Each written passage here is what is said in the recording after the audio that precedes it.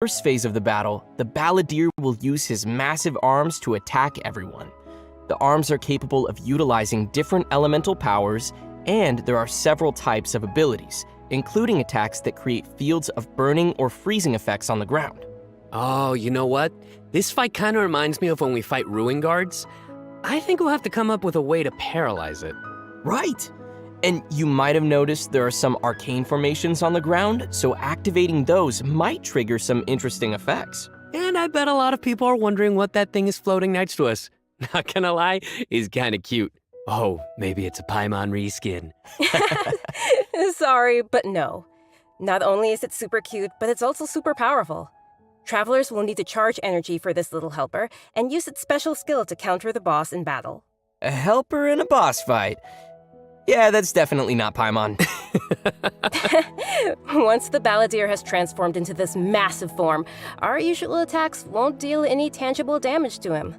So, the only thing capable of breaking through his defenses will be our little helper that we just mentioned. There will even be some moments in the fight where travelers will need to use an aiming mode to attack the boss's weak points. Oh, who would have guessed that little thing would be so important against a boss the size of the Balladeer? I know, right? They also use some amazing special effects for all of the Balladeer's moves. Speaking of which, the cosmic appearance, the spacey special effects of his skills really kind of remind me of the Raiden Shogun skills. Ah, you're right. And seriously, I can't wait to check out this new boss fight. I'm so hyped! Yeah. So now that we've covered the new boss battle, I think it's time to introduce the first of our new playable characters coming in version 3.2. Let's welcome Lesser Lord Kusanali, aka Nahida. Yay! Hey, finally! After everything we've experienced in the story so far, I think Nahida's already like a good friend to us. It's seriously so crazy what we've been through. Oh, I'm so happy to hear you say that, Zach. Okay, so throughout our journey, maybe everyone's already noticed some of the let's call it that, unique metaphors that Nahida likes to use. And yeah, they can be pretty out there. Or sometimes she'll use really childlike language to describe some deep or profound idea. But the truth is, she has yet to set foot in the outside world since she was born. To her, all the knowledge that she has in her mind is like pieces of scenery that she's never seen with her own eyes. Totally. It's really hard to imagine that the god of wisdom had been locked up for 500 years. Just makes me upset just thinking about it. But I'm sure everything will work out sooner or later. If travelers would like to spend more time with Nahida, then be sure to check out Nahida's story quest, Sapientia Oromastes chapter. The quest will be available upon completing the Sumeru Archon quest. So be sure to check out the quest to learn more. It's nice that we'll get to spend more time with her, but I want to see Nahida in battle. What you got for us, Kimberly? Oh, I've got lots to share. But before we get to that, let's have a quick peek at Nahida in action. What they say is true. You have to see the world for yourself to appreciate how beautiful it is.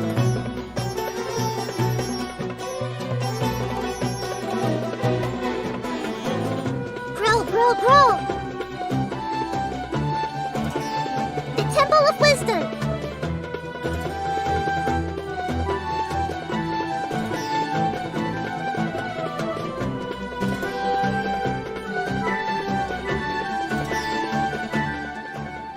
Wow! She's so cute! Look at her! I love her!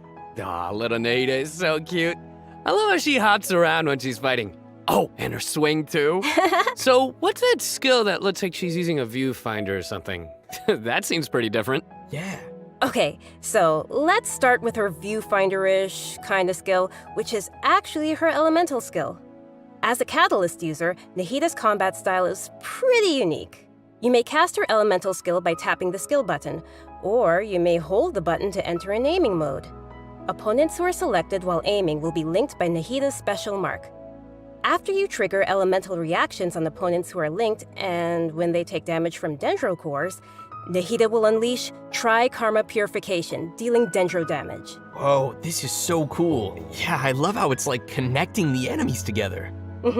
Outside of combat, Nahida can use her elemental skill and enter the aiming mode we just mentioned to interact with certain harvestable items, allowing her to collect items directly to the inventory from a distance. Whoa, wait. Being able to harvest materials like that is gonna be so cool. That'll really save us some time. Yeah. This skill may also have some additional uses, so travelers will have to give it a try themselves and see. Ooh, okay. Nahida's elemental burst is where things get really interesting. Upon unleashing her burst, Nahida manifests the Court of Dreams, expanding a special field. That's pretty amazing. The effect really does look like some royal court or palace. Yeah, different effects will be produced based on whether there are pyro, electro, and hydro characters in the party. While Nahida is within the special field, a pyro member in the party will increase the damage of Tri-Karma Purification. An electro party member will decrease the intervals at which Tri-Karma Purification is triggered, and a hydro party member will cause the duration of the field to be increased. If there are at least 2 party members of the elemental types I just mentioned, then the effects will be increased further. Whoa, this is blowing my mind right now. We'll really have to focus on which effects we want to achieve and put some thought into our team's composition. Right? A key thing to remember is that these effects can be triggered while Nahida is not on the battlefield, as long as the active character remains in the special field radius. Oh. Nice. Also, in addition to Nahida, we have one other character joining us in version 3.2. That's right. She's a very peculiar academia student. Her name is Layla. Most days, she looks super tired and anxious, which seems to be a direct result of her relentless struggle with her studies. Yeah, and not only is she frail and anxious looking, but she also studies astrology. So it's no wonder people around her might consider her a little strange and mysterious. And even though she's always groaning about her studies, most of Layla's research work is actually fine overall. It's just her lack of confidence that's really holding her back. And that's when her unusual ability comes into play. And her ability is sleepwalking. Yeah. While she is sleeping, Layla unleashes her true self, allowing her to regain the confidence she needs and activate the talents and strengths she's had all along. As soon as she starts sleepwalking, her unfinished papers no longer seem like the monumental tasks they were, and she completes them in no time. This is definitely something only Layla can do. Our viewers shouldn't try to do this with their own homework. But does Layla have any idea what happens when she's sleepwalking? I mean, does she know that she has this ability?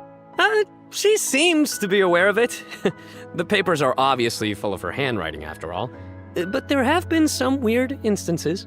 For example, once during crunch time while researching, she sleepwalked and climbed the wall of Sawmill, and then randomly bumped into Candace. Such weird occurrences have made her start to wonder what's really going on.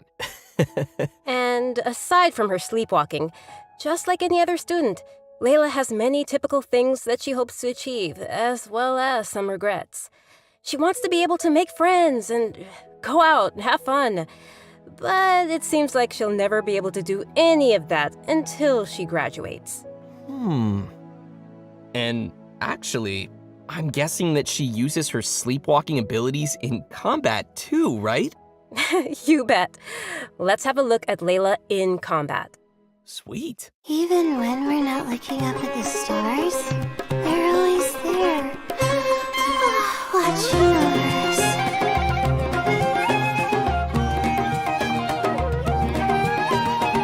My guiding stars!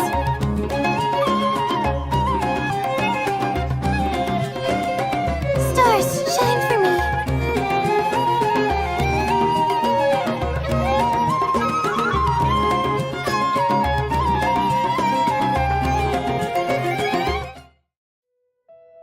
It almost looks like she's sleeping while being protected by the shield. This shield not only protects Layla, but also creates night stars while it is active. When a character protected by the shield uses an elemental skill, more night stars will be created. Once 4 night stars have been accumulated, they will transform into homing shooting stars, dealing damage to any opponent's hit. Ooh. Night stars. I love how her skills have a starry theme. It ties into her studies. Yeah, throughout the skill's duration, each time a night star is accumulated, the shield strength will increase. This effect can stack up to a maximum of 4 times. Whoa! Layla's elemental burst unleashes a dream sphere that constantly fires starlight slugs at opponents within its AoE, while also generating night stars for Layla's shield. As a talented Ratawa his student, Layla also comes in handy when crafting. When Layla crafts character talent materials, she has a set chance to receive double the product. Ah, nice. Sweet. Anyway, when can travelers expect to see these new characters available in-game? Great question. That brings us to our new event wishes. In the early part of version 3.2, Nahida and Yoimiya will be available. In the later part of the version, we'll be seeing rerun event wishes for Yaemiko and Tartaglia, and Layla will become available for the first time. Also, a new 5-star weapon, 1,000 Floating Dreams, will be appearing in the new weapon event wish. Oh, nice! By the way, I've heard that Layla's been getting ready recently to participate in Sumeru's Beast Tamer tournament. But before we get into that, I think it's time for us to take another break. We'll be back with the latest info on events coming in the version update. I know what you're thinking. It's time for redemption code. You guys get it? Boo. I know. All right, that's enough. Boo.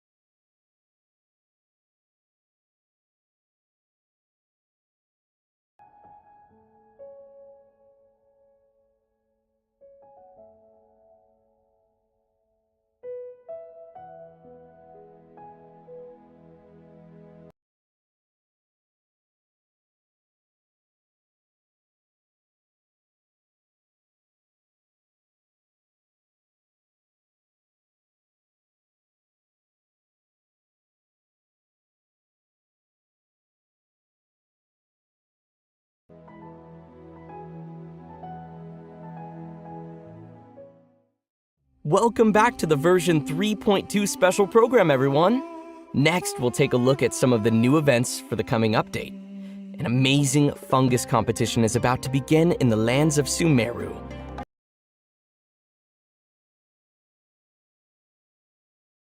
Competitors from Sumeru, but also spectators from other nations. Fungus? How does that even work? Aren't fungi dangerous? They're always attacking us in the wild. I know it sounds a little weird, but you'll love it. Participants will use a special gadget called and train their fungi and participate in battle events. Little troublemakers for us in the wild. Using this gadget will allow travelers communication with them. Okay, so if I catch and train a jade plume terror shroom, then right? Oh no, come on, that wouldn't be fair. In this event, travelers will be able to sneak up on fungi in some certain areas to catch them. Unfortunately, the Jade Plume Terror Shroom is not one of those areas, Kimberly. Aww. If you end up startling them, they'll flee until they are outside a set distance. After catching different kinds of fungi, you can follow Paimon's suggestion and give them cute names. But most importantly, you will have to train your fungi. That sounds fun. Travelers will have to use special floral jelly ingredients to mix and form blends that your fungi enjoy and unlock their true potential. While mixing ingredients, you use copy, switch, and rotate functions, and place a preset formula you have in the corresponding spot. Aw, looks kind of like jelly. I bet Paimon's gonna be all over that. Hey, Paimon wouldn't ever do that! Well, I can tell why you didn't book that role. And with all these different kinds of fungi, they should have different abilities, right? Yeah, so to work on their abilities, we'll use something called the Special Training Mode. In this mode, there will be 2 challenge types, Coordinated Assaults and Zone Defense. Travelers will be able to command their fungi's abilities, have them coordinate their attacks against a single target, and control them to defend the Leyline Monolith. Aw, they're so cute. This is gonna be so much fun. I can't wait. Yeah, me neither. As for the rewards, in addition to Primo Gems and various materials, once travelers have reached a certain phase of the event, they will also be able to summon the great and almighty merchant, Dory. And Layla will be appearing in the event storyline, as well as a familiar visitor from another nation. Any idea who it could be? Supposedly a fun guy. Okay, I see what you did there. I respect it. Let's leave that for travelers to discover themselves in the event. Come on, guys, fun guy. Okay, next up we have a change of pace with an all-new Trials event. For this event, travelers will have to use characters' special abilities to complete specific objectives. For example, you may have to knock slimes into the goal by triggering an overloaded reaction with Yen Fei's and Klee's attacks, or use Yelan's elemental skill to move quickly and dodge giant pinballs. Here are some others. Use Xiao's plunging attack to send platforms back to the ground, or use Beto's elemental skill to hit the ball. This sounds like some pretty unusual training. Yeah, and to make things even more interesting, this event will support co-op gameplay. This sounds like it'll be a lot of fun to watch. But what about objectives for characters that maybe we haven't unlocked yet? No worries, we got you covered. All the corresponding characters will be provided as trial characters in the challenges. Perfect. In addition to these events, version 3.2 will also feature an event for our players to put their skills to the test. This time, we'll have a new edition of the Hypostatic Symphony event. Nice. So, what changes can travelers expect this time around? The most notable change, of course, will be the addition of the new Dendro Hypostasis. That's right, the last member of the Hypostasis family will be officially landing in version 3.2. Besides serving as a new open-world boss, the Dendro Hypostasis will also be busy performing alongside its fellow Hypostases in the Hypostatic Symphony event. This time around, travelers will be facing challenges featuring the Dendro, Cryo, Pyro, and Hydro Hypostases. Before each challenge, travelers may select a buff effect to use. However, as you increase the difficulty, the number of uses will decrease and the enemies will become more challenging. So it'll be super important for travelers to plan the right moment to use these effects. So what options do we have once we run out of buffs? Travelers will still be able to use food and potions from their inventory. If you're aiming to just collect all the Primo Gem rewards, then don't worry, you won't need to up the difficulty too much. Okay, good to know. Whew. I, for one, will definitely not be upping the difficulty. And just like before, you may tackle the challenges together with your friends once they have joined your world. Great. We can help each other out. Oh yeah. Now that we've covered the challenge event, let's take a quick look at a couple more casual events coming our way in the new update. First, we'll be finding inspiration for an illustrator in the Outside the Canvas Inside the Lens event. And once again, we'll be working together with Lieben in Marvelous Merchandise. It's also worth mentioning here that some optimizations have been made for the photo event this time around. Everyone will be able to select from some preset angles and can make use of the rotate and focus functions to take better pictures. That's great. While you're out taking pictures, you may run into some interesting storylines along the way. So be sure not to miss Outside the Canvas Inside the Lens. Man, I love these kinds of events. Sign me up. Yeah, me too. In addition to all these new events, we also have some news on system-related updates and optimizations. I'm really excited about the first of these, which is regarding the Serena Teapot. Starting with version 3.2, the Serena Teapot will be adding the long-awaited replication system. Wow, that's super amazing. Yeah. This feature will allow travelers to use sharing codes to bring designs from other travelers' teapots and implement them in their own, or share their own teapot designs. I know there may be some travelers out there who have seen some amazing teapot designs that they've wanted to also create themselves, but didn't have the ability or time to make it. With this new function, travelers will be able to bring that creativity back to their own teapot or share their creativity with others. Get ready to hit up your friends with amazing teapot skills. Oh, I can't wait to see everyone sharing their designs, especially with me. Which brings us to our final update to share with everyone. This one is regarding the game's available languages. Starting with version 3.3, which will be the update following this one, Genshin Impact will be adding Turkish and Italian to the game language settings. So, players who'd prefer to see the game's text and UI in those languages can look forward to that. The team truly hopes that travelers from all over the world can enjoy the game and start their own journeys through the world of Tibet. For further details, please check Genshin Impact's official channels and keep an eye out for future announcements and info. Wow, we've covered a ton of stuff. Seriously, it's a lot to take in. For sure. So now is probably a great time for our last redemption code. Oh yeah, let's go.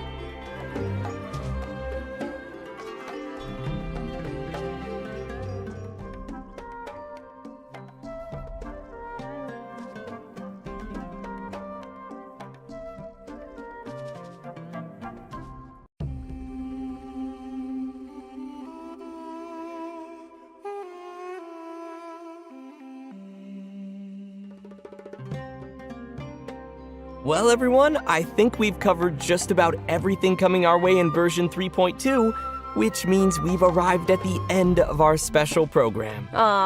This was fun. Yeah, Yeah, no, we covered a ton of stuff. so much stuff. Yeah.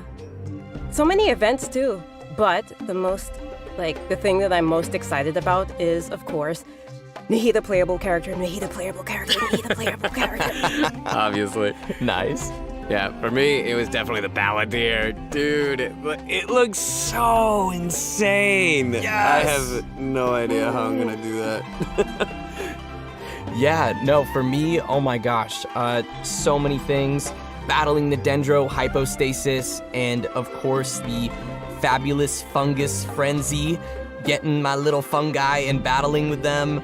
And, the teapot, the Serena teapot, I'm so behind on my teapot, so I can't wait to You gotta get on it. hopefully get some designs from others, or at least, get some inspiration from getting another teapot design. And just as we mentioned earlier, even though the Sumeru Archon quest will be reaching its final chapter here, it most definitely won't be the end of our journey in Sumeru. In our story this time, we'll be encountering some interesting and mysterious content, and I hope it will be an amazing experience for all of our travelers. May the wisdom of the Dendro Archon be with all of you. See you in game, everyone. Bye. See ya. Bye-bye.